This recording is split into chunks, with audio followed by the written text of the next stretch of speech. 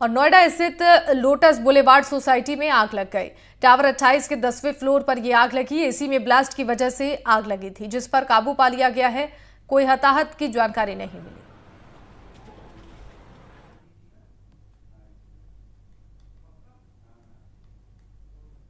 School of planning and architecture के निदेशक doctor V के पॉल हमारे साथ है। सर, ये समझना चाहते हैं कि एसी में जो आग लगने की घटनाएं आ रही हैं, उसकी वजह क्या मानते हैं, क्यों आग लगता है?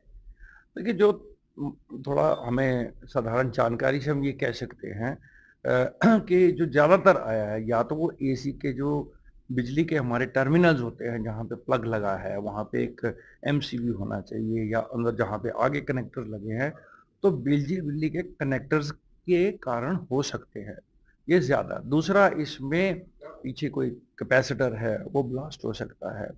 तो ये कुछ इस तरह के 2-3 कारण हैं जहाँ पे ये हो सकता है, और दोनों तीनों कारण अगर हम थोड़ा ब्रेक लेके करें उसको, तो 5-6 घंटे के बाद उसको थोड़ा आराम कर दें, उसके बाद चलाएं। 3-4 घंटे के ज़्यादा ना चलाएं लगातार, तो ये काफ़ी सुरक्षित तरीके से ये चल सकते हैं, तो इसमें कुछ ज़्यादा दिक्कत आना नहीं चाहिए।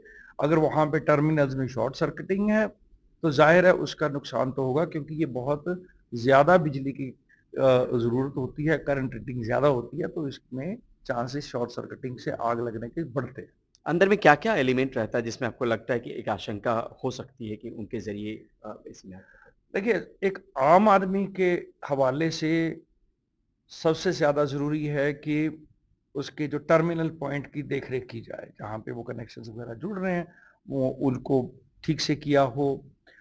एक वो उसका पार्ट होता है। दूसरा इसका कैपेसिटर है, बाकी अंदर के वो जो रेफ्रिजरेंट कहाँ घूम रहा है, कंप्रेसर घूम रहा है, फैन है, ठीक है? उसमें उसके नुक्स से भी होता है, पर वो इतना ज़्यादा कारण नहीं है, और एक आम आदमी उस लेवल तक उसकी इंटरवेंशन नहीं कर सकता कि ये 2 एरियाज़ हैं जिसमें जो है, अगर हम इसका एसी हमारा यूनिट शेडेड जगह पे लगा है, तो सीधी धूप पड़ने से, तो इसकी जो बाकी ये आउटडोर जो वाला। आउटडोर यूनिट है, उसमें जो ज़्यादा गर्मी से इसके ऊपर नेगेटिव इफ़ेक्ट पड़ता है, वो कम हो सकता है।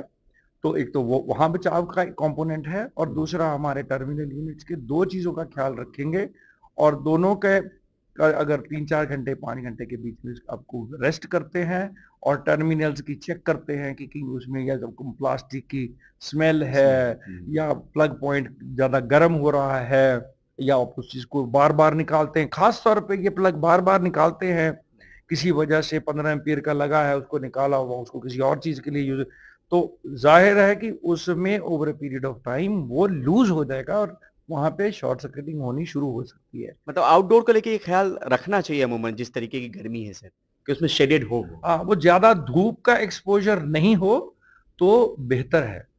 कई दफ़े पॉसिबल नहीं होता है, तो अगर आप देख लीजिए कि अगर उसके ऊपर कोई थोड़ा प्रोटेक्शन टाइप हो जाए, तो उससे बेहतर होगा। अगर नहीं हो पा रहा है, तो इसको 3-4 घंटे के बाद इसको तो कम से कम उसका हीट डिसिपेशन उसको होने दें। कम से कम उससे इतने तो आपको पैदा होना चाहिए। एक चीज़ और, आपकी फायर में एक्सपर्टीज़ भी रही है, फायर के आप जानकार भी माने जाते हैं सर। अगर इस तरीके की घटना हो जाए, तुरंत क्या करना चाहिए?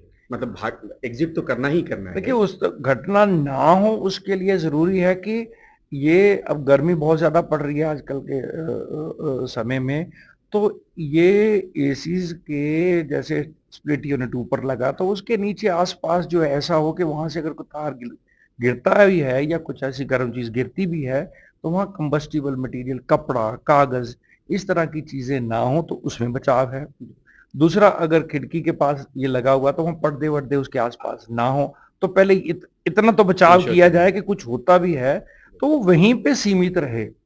और दूसरा ये है कि जब अगर कुछ अभी कोई ऐसी दुर्घटना हो ही जाती है, तो सबसे पहले संभव हो तो आप मेन स्विच बंद कीजिए, ताकि उसका इम्पैक्ट कम हो जाए।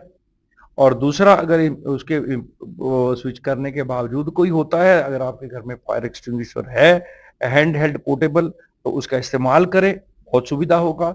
आजकल आधा किलो और 1 किलो छोटे वाले डोमेस्टिक में सबको रखना चाहिए। हमने भी 2-2 3-3 अपने घर में रखे हुए सुरक्षा के लिए। उसका इस्तेमाल करें। उससे ज़्यादा बड़ा लगता है, उससे पहले ही आप तुरंत फायर को फ़ोन लगाएँ, ताकि वो आपको एक्सटर्नल हेल्प पहुँचाएँ। बच्चा है दरवाजा दरवाजा खोल दें, धुआं हो रहा है खिड़की खोल दें ताकि धुआं अंदर एक्यूमुलेट नहीं हो और घुटन महसूस नहीं हो और तुरंत ये मल्टीपल करें, खिड़की उड़की को तोड़ें ताकि उसका धुआं नहीं निकल जाए। फायर एक्सटिंग्विशर है तो उसको करें। पानी का प्रयोग मत करें क्योंकि वहां पे करंट हो सकता है, उससे बचें। और अगर ज्यादा लग रहा है, स्विच वगैरह ऑफ करके के बाद आपको ज्यादा लग रहा है तो स्वयं अपने बच्चे और उन सबको लेके वहां से आगे हटे, किसी और की मदद लें। फायर डिपार्टमेंट उससे पहले इन्फॉर्म कर देना चाहिए ताकि एक्सटर्नल हेल्प आपके पास आ जाए। एक लेवल के बाद आपको उसके बीच में ज्यादा अपने आप करेंगे तो अपने आप को भी असुरक्षित करेंगे और फिर ये सारी जो है वो ज्यादा डिफिकल्टी में पड़ सकते हैं। तो ये तो कुछ 2-4 चीजें हैं, अगर आप करें तो सुरक्षा होनी चाहिए। और हमारी शुभकामना कि ऐसी और कोई दुर्घटना इस गर्मी के माहौल में ना हो। लोगों तक संदेश कम से कम पहुंचे। कम से कम उतना करें। धन्यवाद। ठीक है, बहुत बहुत शुक्रिया सर। नई दिल्ली से परिमल कुमार, एनडीटीवी इंडिया।